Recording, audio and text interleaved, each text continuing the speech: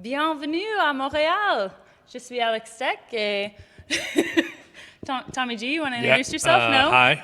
Hello from Montreal. Je suis avec Tommy G. Yeah, if this is how the show's going to go, I'm in big trouble. This is how dinner went last night. And I ended up doing okay, but it took a lot of work to get to the point where I understood what I was ordering. So are we doing this in French? We can do it in English. Oui? Yeah. I won't be able to keep up. We'll stick to English. Welcome into the pre-match meeting.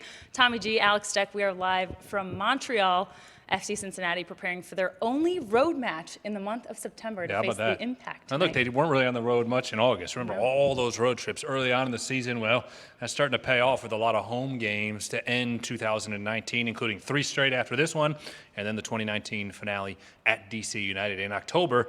And, a rematch with a team that they beat in the first game when Johan Dame was named head coach for FC Cincinnati and taken over 4 months ago, and a lot of changes going into this one for both sides. Absolutely. On the coaching staff for Montreal as well, so a lot of influential, it's a big influential match for both coaching staffs tonight. I think Montreal fighting for a playoff spot. They're just below that line in the Eastern Conference. FC Cincinnati looking to collect some points on the road. And like we talked about in the preview earlier this week, we could see several lineup changes for the Orange and Blue. They had 8 from Dallas to Toronto in that match, and they get a ton of guys back. I mean, there were 10 players unavailable for selection last weekend for the Orange and Blue. And including some very, very important pieces, right? Anytime Kendall Waston, your captain, is missing, Alan Cruz, who's been a vital piece to this club in 2019. Of course, they were both with Costa Rica, both playing with their national team and not available for selection, and plus some injuries. Frankie Amaya was back, so that, of course, was a change. You talk about the change in coaches. I don't think very often during a season you'll see a club like FC Cincinnati play a team and have 2 different head coaches in the rematch. They already saw that happen once this year with New England, when the 2 head coaches who coached in the first game did not coach in the second game in July. And now this will happen again. Both head coaches different. Of course, Johan Dame is still part of FC Cincinnati's club and of the technical staff. But, I think we definitely see changes. And then there's a lot of questions with what Montreal wants to do, right? 4 matches coming up for the Impact in 12 days, including the 2 legs of the Canadian Cup Championship.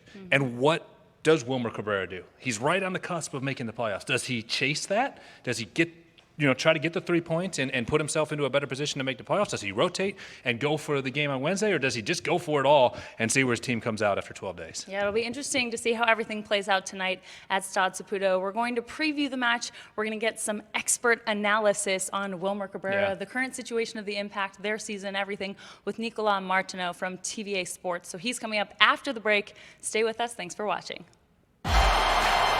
Pandemonium in the Queen City. FC Cincinnati. Cruz back 2-0 Cincinnati. Atlanta United. And touched goalwards and in. FC Cincinnati are back home Wednesday, September 18th against Atlanta United FC. Secure seats today at fccincinnati.com or call 513-977-5425.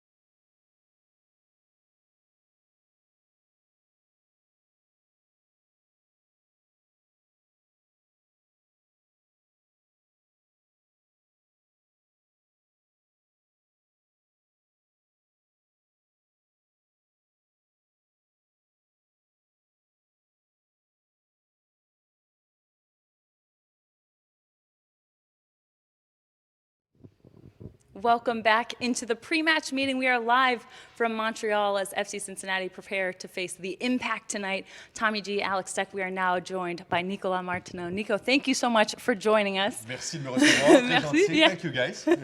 So you've been with TVA Sports covering the Impact since 2013, beat reporter, very familiar, and you even know a couple of the guys in the orange and blue now, Jack Stern, Yohan Dame. Yeah, two guys that were in Montreal that were actually very lovable guys, especially Jack Stern. I mean, the guy has I wonder what French. happened to him since they left then. I mean, I don't know, but Jack has learned French so quickly in Montreal, and I was talking to him a few minutes ago, and his French is now even, like, it's perfect right now. It's even better than it was when he was in Montreal, so I guess that relationship with Yohan is not bad after all, eh? Absolutely. And how have you seen this season kind of evolve? There's been a lot of changes. We talk about the coaching staff, Wilmer Cabrera coming in. Well, it's dramatic, and it's been dramatic. Yeah. For Montreal, it's always like that, guys. It's always dramatic. There's never a season where we're kind of, oh, okay, it's relaxed this season. So, I mean, with what happened with Rémi Gall was kind of, we expected him to go after this season. We didn't expect him to be fired during the season. Right. So it was kind of a surprise for us to see that management decided to let him go. But with Wilmer coming in, we felt like it was needed. It was needed. Something needed to happen because ever since the game in Cincinnati, this team lacks confidence. I mean, it was just horrible since that defeat. It's like the team was not able to recover from that loss against a team that was struggling. And it feels like this is just the season, you know. In Montreal, every time that Montreal faces a team that's struggling, it's the perfect remedy because that team starts winning afterwards. So I feel like it's been the theme this season for Montreal. And you talk about it being a drastic change, going from Rémi Gall to what Wilmer Cabrera is doing. Now a club, the Impact, taking chances, right? They're going to push forward. They're going to try to move a lot faster. And I'd imagine it's a lot more of an entertaining style of play with Wilmer Cabrera coming on. That's what they were actually trying to do because with Rémi, you know, his style was kind of, I don't want to say boring, but it was more conservative, and it was Which working. can at time be boring. Exactly, but it was working when Nacho Piatti was on the field because every time that they were sitting deep and Nacho was getting the ball, well, transition was super fast and Nacho could do magic. But Nacho has been hurt most of the season, so change was needed. And with Wilmer being here, he's trying to implement something a bit more cheerful for the fans, but it hasn't worked. Last game against DC was just horrible in Montreal.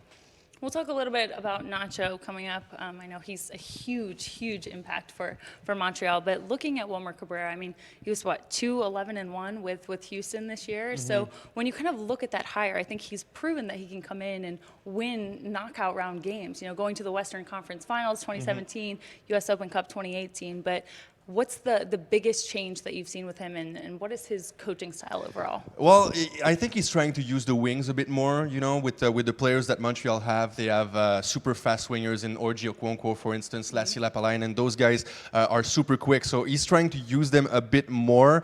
I don't think it has worked in the past few games because, you know, he only had maybe 3 or 4 trainings for him to try to settle and implement something. So it hasn't worked, but now that he had 2 weeks, I'd say that the game tonight is probably the most important one for him because if he wins that game, he can probably secure maybe a job for next year, or at least if he qualifies for the playoffs, it's going to be easier for him afterwards, you know. So this is going to be crucial for him tonight. That game is probably the most important one of the season because if they win, they still have a chance for the playoffs. If they lose, they're going to have to concentrate and put everything in the Canadian Championship. Yeah, when we talk about the Canadian Championship, we alluded to it before the break. 4 matches in 12 days coming up for this club, and you're chasing a playoff spot. You're chasing that Canadian Championship against, oh, by the way, a rival in Toronto FC. Is it the type of deal where he just has to go for it all, get the result tonight, and then try to get it on Wednesday and move forward? Absolutely, he has to, because the fans are not going to appreciate if you know if you don't get a result. Right? Exactly, but I'd say that the game tonight is actually going to be really important in that decision. You know, if they lose or if they draw tonight, I think they're just going to forget about the playoffs altogether and concentrate on the Canadian Championship. But right now, he has to go for it all because it's not going to be accepted by the fans if he doesn't. Right. Do you think that he feels like he's fighting for a job at this point? I mean, I know they didn't announce the length of his contract, and Montreal was kind of in a different situation. You know, Cincinnati, when they fired their head coach, they had talented assistant coaches that had experience. You know, Yohan Dame took that leadership role, but Montreal was kind of in a different situation there. Yeah, they were. They could have actually put the team in the hands of Will Nancy, who's been there for quite a few years, but they decided to go with Wilmer Cabrera, which was quite a surprise, to be honest with you guys, because we don't know. We don't know if he's going to be there next year. We don't know if he knows if he's going to be there next year. So is he fighting for a spot right now? Is he fighting for a job next year? We don't even know. So he doesn't seem like a stressed guy right now. He doesn't look like a guy who's actually trying to secure a job. Right. But it certainly feels like that for us medias that look at it. And if he qualifies, well, he could get the job next year. When these two clubs met 4 months ago, obviously different for both sides. Oh, right? yeah. 2-1 was the victory in favor of the orange and blue. New faces for both teams, including Bojan, a very talented Spaniard, came up through Barcelona's system and was the youngest ever to debut, beating some guy named Messi. Exactly. At 17 years and a couple of days. But what has he brought to the club? He's a guy that can get through balls really easily to the teammates, and that's good. For Maxi Urruti, I think it's helped a little bit, but even then, during the last game against DC United, it was difficult for Bojan. It was difficult for Maxi. It was difficult for everyone. So I'd say that tonight, Bojan, you have to watch for him. He's probably going to play in that number 10 role tonight in a 4-2-3-1. But what's going to be interesting is to see Bojan alongside Nacho Piatti. And I hope it's going to be tonight. We don't know yet. Right. I hope it's going to be tonight because I think it can sparkle something. Nacho, Maxi, and Bojan could be really good offensively for the Montreal Impact. But Bojan has been so good. I mean, his strike against Toronto was phenomenal. This is the kind of guy that we want to see in Montreal for a long time. The heir to Nacho Piatti, basically. Right. Nacho's such a fun player to watch. I've always enjoyed watching him play, but he's so dynamic. Just eight games played so far this season, 6 starts, and he's got 3 goals, 1 assist. So he's been out, very inconsistent that he's been playing this season, but how can he come in and immediately, I keep using the word impact, but make an impact right away after being out? Well, you know what, Alex? Even at 50%, I think Nacho is one of the best players in the league. So as soon as he gets the ball to his feet, it's just, you've got to pray if you're the other team. So I guess that if he comes in tonight, it's because he feels really good. He's not going to go on the pitch if he's not 100% right now, because he cannot risk it anymore. He's done that earlier this season when he came in against LAFC, I believe. It was in the middle of the season. He had been hurt for a few months, decided to come in because the team needed him at this point, and it just aggravated his injury, and then he was out for a few months. And so if he comes in tonight, I believe that Nacho is going to be close to 100%, and that could actually be really, really good for the fans and not so good for the opposing team tonight. Right. Yeah, certainly a tough defensive battle for anybody who has to line up against a player, of that skill. You talk about the excitement of the new style under Wilmer, but yet 18 goals given up in the last 6 games. Yeah. And do you think that the risks that are being taken on the offensive end are hurting the club a little bit defensively? Probably because it's so different also. But you're talking about that 6-game span. Remy was there at that moment too. So it's been separated between Wilmer and Remy. So I believe that it was just a question of lack of confidence. But they brought in Rod Fanny, who was maybe one of the best central defenders of the league last year. So if he's ready to play tonight, I think it's going to solidify that defense from Montreal, and it might be a bit easier for them to not concede so many goals. Last game was just very difficult because they tried to open up a little bit more, they tried to play more offensively, and DC just enjoyed it. They were actually able to break it down. So that's fair. Ola Kamara's been, making his name known back in MLS for other teams as well, so it's not just Montreal. Yeah, no, exactly. And, he likes to use the wings. He's done that with the Dynamo because he had good wingers. Yeah. He could do the same thing with Montreal because it's almost the same type of wingers in Orji Okonkwo and Albert Ellis. You can see the similarities. So if he can actually use those guys, it could be good. All right, well, we're looking forward to it. Absolutely. Kickoff is at 7:30 tonight. Nicolas, thank you so much. Merci beaucoup. We'll see you there. Yeah, see you there, guys. Yeah. Stay with us. We'll be right back. Pandemonium in the Queen City. FC Cincinnati, Cruz back heel. 2-0 Cincinnati. Atlanta United, And touched goalwards and in. FC Cincinnati are back home Wednesday, September 18th against Atlanta United FC. Secure seats today at FCCincinnati.com or call 513-977-5425.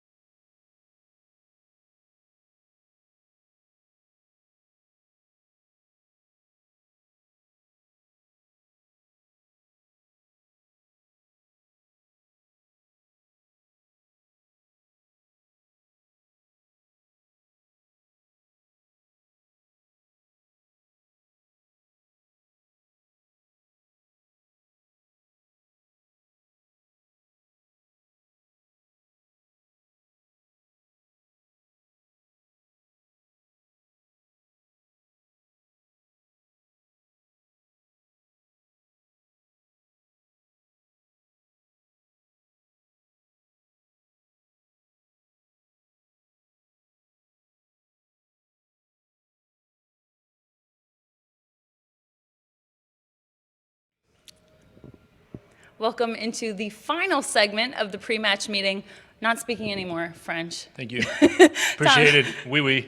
Tommy G, Alex Deck, we just had Nicolas Martineau of TVA Sports join us to give us some insight to Montreal. It's interesting to hear how things have kind of changed since Wilmer Cabrera took over. I thought about it a lot this week, and we talked about it in the first segment, and then we talked about it with Nico. Like, what does Montreal do this week? Right. You want to win that Canadian championship. Obviously, you want to beat Toronto, and the first leg is here in Montreal, but you also want to be in MLS Cup playoffs, because remember, it's single elimination now, so anything can happen. You get hot for a couple weeks, and you could be hoisting MLS Cup even as a 6 or 7 seed, and that's what's going to make this year's playoffs that much more exciting in Major League Soccer. So, but I think if you're Wilmer Cabrera right now, you kind of have to go for it and hope you survive the next 12 days and see where you come out at the end of it. You might be hosting a Canadian Cup, and you might be in the picture for the playoffs. So, I expect them not to rotate the lineup, because there's no way that he can rotate the lineup, not get a result, and then look at the fans, and then go look at management and hope to have a job beyond 2019. Absolutely, yeah. It's a tough stretch for Montreal coming up. Same thing for FC Cincinnati, 3 games in 8 days. This is the first one in that stretch. We've talked about this, only game on the road in September, and one final road match to close out the season. So 5 games left, but tonight facing Montreal. These two teams faced before in May. Yeah. Yohan Dame's first game as interim head coach. He got the win. He also got the win over Houston when Wilmer Cabrera was still there as well. So and Ron Jans was in the stands watching. Yes. You want to tie it all together. He's secretly upstairs watching that match that Yohan Dame coached. So there's so many different storylines in this one. Yeah, and it's actually Ron Jans' first trip to Canada. This weekend, yeah. So he's excited. He referenced an interesting movie, Pirates of the Caribbean. Love it. I love it. He's always got movie quotes. If you've ever, Ron he's kind of a quote machine. He just says stuff, and you sit there and think, wow, yeah, that was really impactful. He wants to be the Pirates. Take points from everyone. Right. Yeah, you got to chew on it for a minute to process it all. But you're right, and you got to like that attitude, right? Why not try to play the role of spoiler? You could ruin, really, the rest of 2019 as far as Major League Soccer is concerned. And Nico just talked about a loss tonight really makes it difficult for Montreal to be inside of the playoff picture, especially with the schedule they have coming up. They're going to play LA Galaxy, who's fighting for a playoff spot in the West. They're going to play Atlanta, who's fighting for a home game in the East and still has, their eyes on the supporter sheet a little bit. So it's going to be really hard for Montreal. So if they don't get a result in this one, yeah, that's a tough pill to swallow. So go be the Pirates. Go steal points from these teams. And that's going to be the case. Look, Atlanta's next, and then Chicago, who really is on the outside, although, they're not mathematically eliminated yet, Orlando, and then DC, who's going to be fighting for a home game or maybe fighting for a playoff spot by the time we get out to that game. So there's a chance FC Cincinnati here in these last 5 matches to play spoiler, and why not go in with that attitude? I love it. Yeah, well, it all starts tonight, and we can take a look at Yohan Dame, who knows all these Montreal players very well. He's great at scouting the opponent, especially this team. So take a look at how he thinks things might play out tonight. Having faced Montreal earlier this season, as well as Houston under the direction of Wilmer Cabrera, what have you noticed he's tried to implement into this Impact squad since he took over just a few weeks ago? The system changed a little bit. I think he's trying to use the players that he has available, make the most of the end of the season. They're still in the run for the playoff.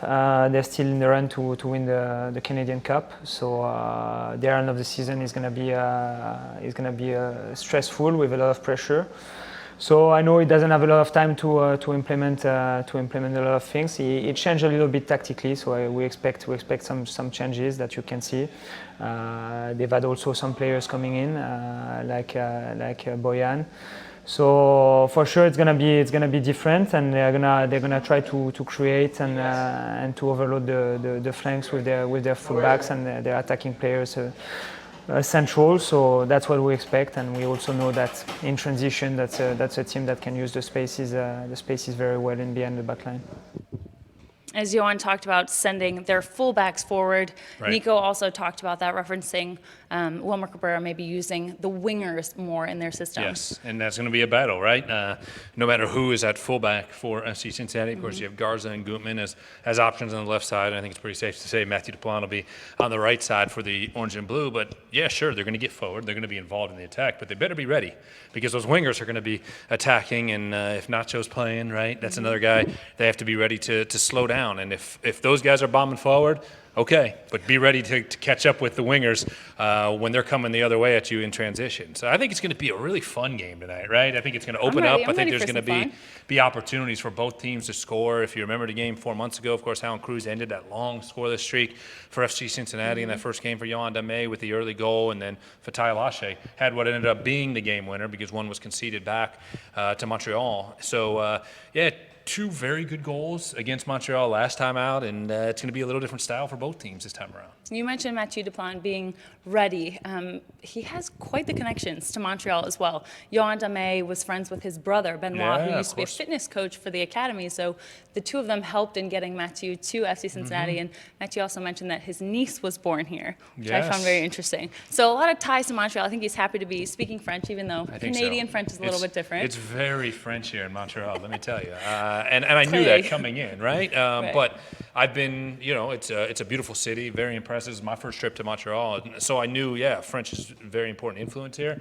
And I don't think I realized how important it was, probably because Jack sent me to a restaurant in a very French area last night where French was the only language spoken. But, it certainly is a great city. And, no doubt, Jack has great ties here. Yohan has great ties. And Mathieu, certainly with his brother's role with the club, a big part of the reason that he came to Major League Soccer because he knew about MLS when he was thinking about signing a contract with the Orange and Blue. Well, let's take a quick look and hear what Mathieu had to say about this final stretch of games for the Orange and Blue. Yeah, as to make a discussion about the last 5 games to put maybe objective because the season is like done because we don't make the playoff for sure. So it's to find objective between us and to find a way to finish the season in a positive way. Mentioning that first game, does it feel like you guys have a big chance here to do a double on another team and beat them twice?